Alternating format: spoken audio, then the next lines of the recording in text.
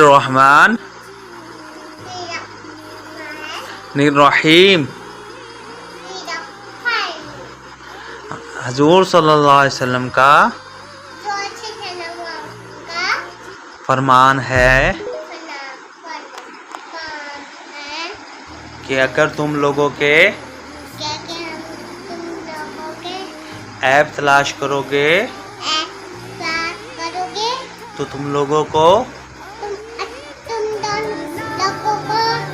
खराब कर दोगे।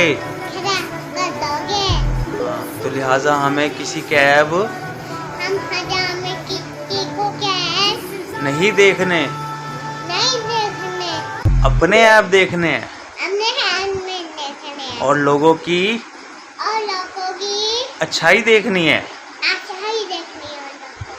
फिर मुकद्दर मेरा ला इलाहा